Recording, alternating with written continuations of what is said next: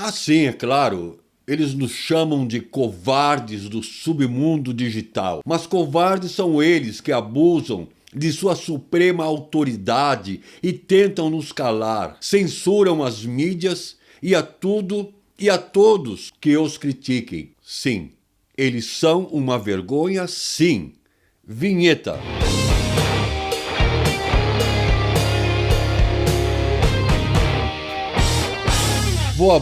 Vou abrir com esse vídeo do discurso do ministro Luiz Fux, nesse julgamento da prisão em segunda instância, pois ele nos absolve do título de criminoso do submundo digital, do qual fomos acusados pelo decano Celso de Mello. Vamos apreciar e analisar esse momento do ministro Luiz Fux. Porque para mim é a primeira vez que vejo um ministro do STF nesses últimos anos honrar o Brasil, o povo brasileiro, por ele também fazer uma introspecção e admitir que eles, os ministros, também vieram da costela.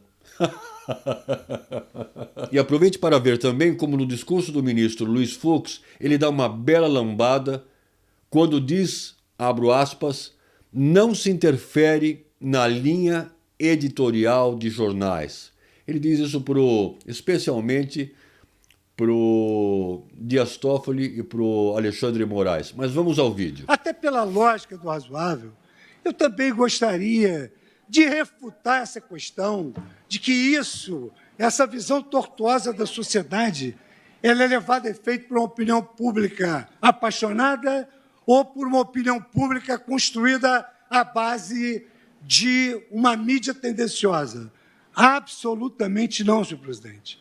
O que hoje nós verificamos é que a mídia reproduz o sentimento social. A mídia reproduz o sentimento constitucional do povo. E, mesmo assim, com a liberdade de imprensa que o Supremo Tribunal Federal chancelou, é muito comum ver no mesmo periódico um editorial a favor e um artigo contra, porque não se interfere na linha editorial dos jornais. Então, não tem nenhuma ingerência da mídia aqui. Aqui é sentimento constitucional do povo puro. Uma Corte Suprema vive da confiança legítima que o povo deposita nela. Por isso que não é ruim ouvir na Corte We Trust. Não é ruim, não. É bom. Isso significa dizer que a sociedade tem confiança no Supremo, e confiança legítima. Hoje o sentimento constitucional do povo é outro. Quantas vezes nós verificamos na história da Suprema Corte Americana, que foi, digamos assim, a grande corte de criação judicial do direito, que superou a escola francesa, que não ensinava o direito francês, mas ensinava o Código Napoleônico, que superou a glosa dos pós-glosadores. A Suprema Corte Americana é um exemplo de criação judicial e se ajusta ao sentimento constitucional do povo. Isso não é ser pressionado pela opinião pública? Absolutamente. Isso aí significa dizer que, se há um valor social em jogo, se há uma razão pública, o judiciário deve contas à sociedade, porque ele não está abdicando da sua independência para julgar nem A nem B. Ele está aferindo como é que a Constituição é perceptível pelo povo.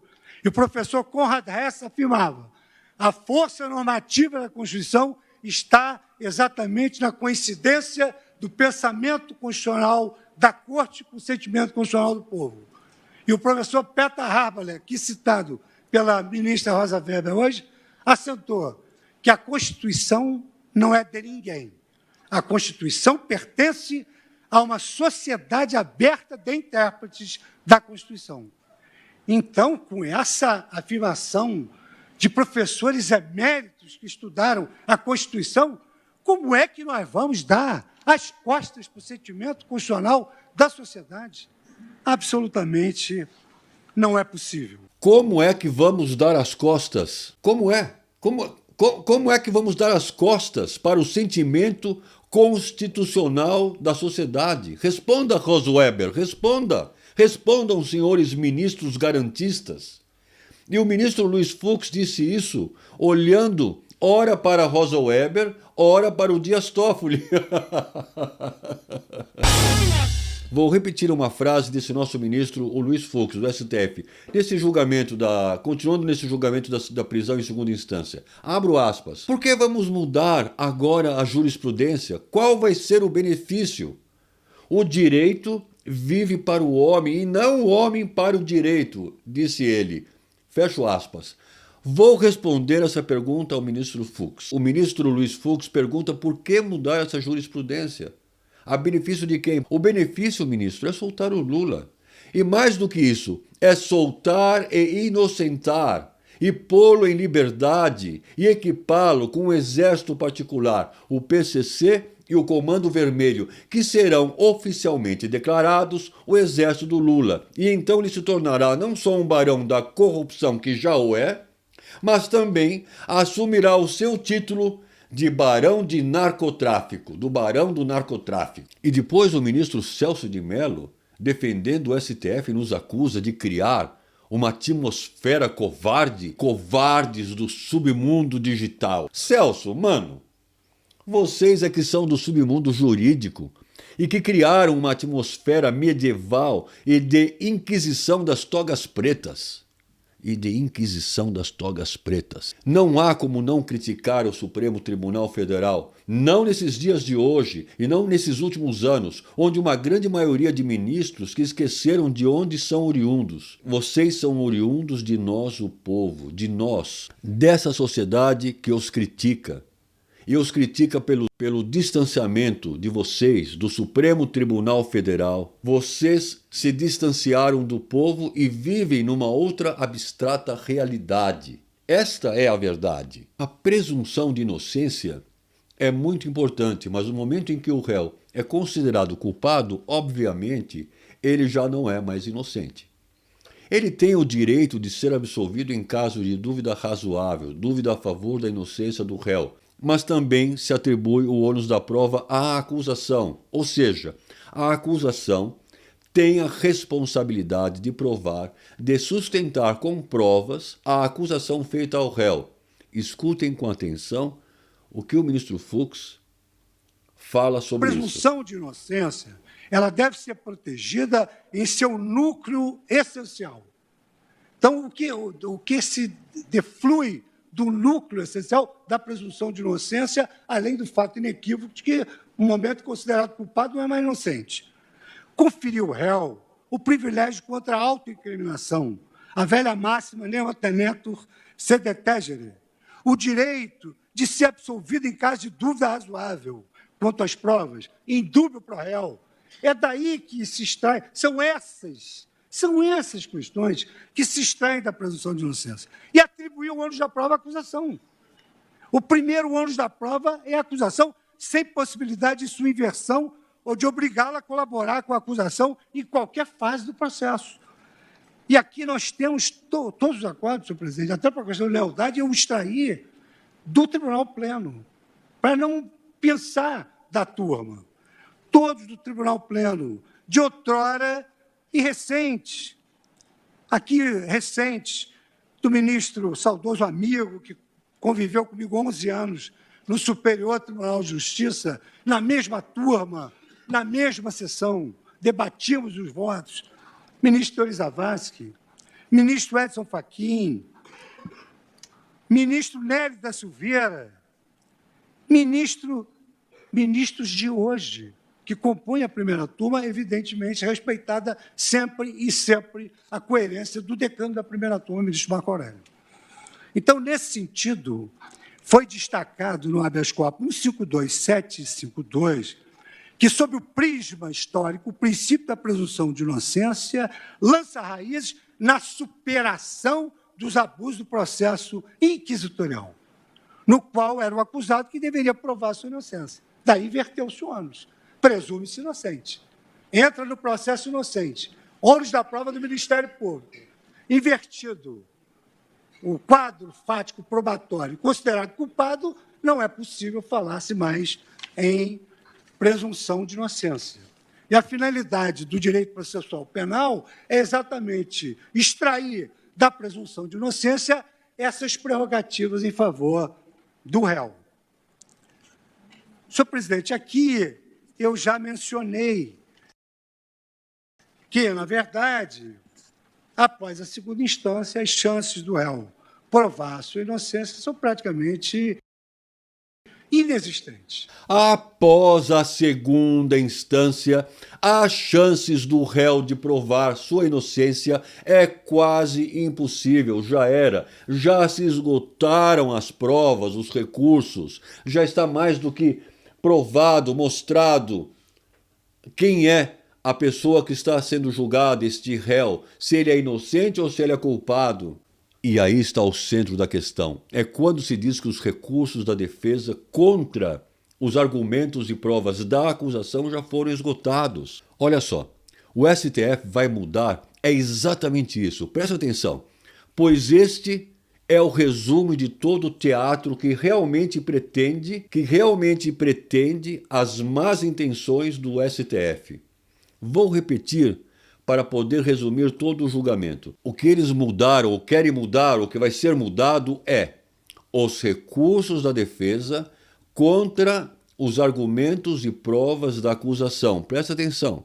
Olha bem aí, agora eu vou repetir isso, tá? Olha onde está a mudança. Enquanto houver recursos da defesa, estes, após submetidos, devem ser apreciados e analisados para serem aceitos ou não como prova que inocentem o réu. Isso significa que a defesa pode requerer e recorrer com novos recursos até que se esgotem, daqui a uns 20 anos ou mais, ou nunca se esgotarem. Entendeu? Enquanto a defesa apresenta esses tais recursos, o réu bandido aguarda a sua sentença em liberdade e continua cometendo crimes. E isso levará à impunidade. E ele continuará cometendo crimes e continuará sendo impune. E é por isso que é um retrocesso e fim da Lava Jato. O STF, aqueles que votaram contra a prisão em segunda instância, eles abrem um novo horizonte de velhos mecanismos de corrupção. E mais do que tudo, e além de tudo, protegidos pela Corte do Supremo Tribunal Federal. Dá para entender essa farsa? É para inocentar o bandido Lula. E para inocentar o bandido Lula, eles estão dispostos a tudo. Eles estão dispostos a soltar bandidos do PCC e do Comando Vermelho. Eles tentam nos embromar dizendo que esses bandidos que não são do colarinho branco, que são bandidos pedófilos, estupradores, traficantes, e será mais o quê? Eles tentam nos embromar dizendo que eles serão impedidos de saírem da cadeia, pois receberão uma liminar. Liminar. Quando se abre a porteira, mano, você sabe como é. Toda a boiada sai pela mesma porta. E isso é o que se chama precedente. E por esse precedente, muitos bandidos sairão livres, bandidos perigosos. Peço a você que assista atentamente ao pronunciamento, o discurso do ministro Fux. A continuação. Como bandidos aguardam em liberdade eterna a sentença dos crimes por eles cometidos. Vamos ao vídeo. E isso também se aplica sob o plano do direito penal. Sob o ângulo da efetividade do processo penal, eu trago aqui a colação uma belíssima passagem que explica isso. Quer dizer, por que nós não podemos iniciar uma execução depois do trânsito julgado, pelo tempo que leva uma decisão de transitar julgado? Se tem exemplos aqui que não resistem a essa afirmação. Como é que se poderia deixar aquela gente, e isso aqui é aplicar esse adjetivo, solta até o trânsito julgado, crimes bárbaros contra o ser humano, contra a administração pública? É justamente o caso do Lula, que cometeu crimes contra o ser humano, pois a corrupção é como cometer crimes em massa, pois mata pessoas nas filas dos hospitais, mata pessoas no roubo das verbas da saúde, da educação, da água de esgoto que crianças em comunidades pobres bebem por falta de verbas para o tratamento sanitário dessas águas. Essas crianças morrem enquanto Lula ia pescar no seu sítio de Atibaia e fazer as orgias dele com seus amiguinhos. Agora vamos escutar o momento de perplexidade desse ministro que discursa heroicamente aos ministros da Inquisição medieval do submundo jurídico. Senhor presidente, ontem houve realmente um momento de perplexidade suscitado por um questionamento. Por que nós vamos mudar agora a jurisprudência? Qual vai ser o benefício? O direito vive para o homem, e não o homem para o direito. Então não adianta dizer que não interessa a sociedade. Interessa a sociedade. Todos os poderes se exercem em nome do povo. Todos eles. É claro que nós não vamos fazer pesquisa de opinião pública para julgar uma causa entre A e B. Mas se tiver em jogo uma razão pública ou um valor moral, nós temos de ouvir a sociedade. A sociedade, nós somos homens tirados da sociedade. Nós nos submetemos a um processo democrático de sabatina no Congresso Nacional. Então, veja, presidente, assim, essa indagação... Justamente o que eu havia dito lá no começo. A maioria dos ministros se colocam acima da sociedade, acima do povo, empinam seus narizes e nos lambuzam com seu vômito tartufo e ardiloso. Em muitos vídeos critiquei que o Gilmar Mendes, Dias Toffoli e outras marionetes tiram a estabilidade e a paz, causando o caos, a falta de credibilidade e o ódio ao STF e às instituições governamentais pela falta de coerência, estabilidade e pela falta de integridade. E é por isso que estamos enojados com o STF. E é por isso que afirmo que o STF é o submundo sombrio de Hades, o inferno grego, na mitologia grega. O professor Harris Cross, na obra sobre Precedent in English Law, ele afirma que somente essa superação de não poder mudar os precedentes ocorreu de forma inequívoca apenas em 8 casos. Apenas em 8 casos. A mesma coisa ocorre nos Estados Unidos. E, quando nada, vamos ficar no Brasil. Nós temos uma ordenação processual nova que afirma a jurisprudência tem de ser coerente, íntegra e estável. Isso é uma norma improcedendo, que se aplica a juízes e tribunais. Se a jurisprudência tem que ser íntegra, coerente e estável, surge novamente a pergunta: por que nós vamos mudar? Mas por que nós vamos mudar a jurisprudência do Supremo Tribunal Federal? E aqui, então... Essa pergunta já foi feita com uma afirmação do próprio ministro Luiz Fux. Isto é um retrocesso. Essa é a pergunta. Por que? Então, por que vamos retroceder? Por que nós vamos retroceder? Nós temos uma corte sem identidade, ou melhor, de identidade falsa, pois troca sua cara a cada dia, emenda suas posições, cambia a jurisprudência para beneficiar a cada amigo ou a cada amigo do amigo. Efetivamente obedecer a uma profunda fundamentação. E assim assiste razão, digo eu, ao professor Michele Tarufo, da Universidade de Pávia, quando leciona que uma corte que, sobre a mesma questão, vai cambiando cada dia a sua opinião, não respeita a sua jurisprudência e terá escasso respeito dos cidadãos que são os destinatários das suas decisões. Palavras do professor Michele Tarufo. Concluo, portanto, presidente, que o Supremo Tribunal Federal, no caso ora posto de julgamento, não está legitimado, no meu modo de ver, com toda a vênia das opiniões em contrário, a promover essa modificação da jurisprudência à míngua da existência de razões suficientemente robustas para levar a cabo a modificação da sua jurisprudência. Sem a presença de uma motivação sólida, consubstanciada em argumentos novos, relacionados à justificação da superação do precedente, qualquer corte estará violando o magno papel de órgão de sobreposição na estrutura do Poder Judiciário incumbidos de manter uma jurisprudência estável, íntegra e coerente a respeito da Constituição Federal. Fica claro que as leis são para todos, mas nem todos nós temos advogados que possamos pagar para nos defender dessas leis que somente os ricos não são vistos pela cega justiça. Dá para entender o que eu estou dizendo? Claro, a justiça é cega, os juízes não são. Será que nós estamos falando aqui de réus pobres? Só a Defensoria Pública que veio aqui sustentar. E também por dever de ofício para se acoplar ao ideário da advocacia, que é lutar pelas garantias. Eu não critico. Entendo que os advogados estão no seu papel. Mas, evidentemente, senhor presidente, os crimes que nós temos assistido e que são cobertos pela presunção de inocência não são crimes de pessoas humildes. As pessoas humildes, senhor presidente, elas não gostam de ficar devendo.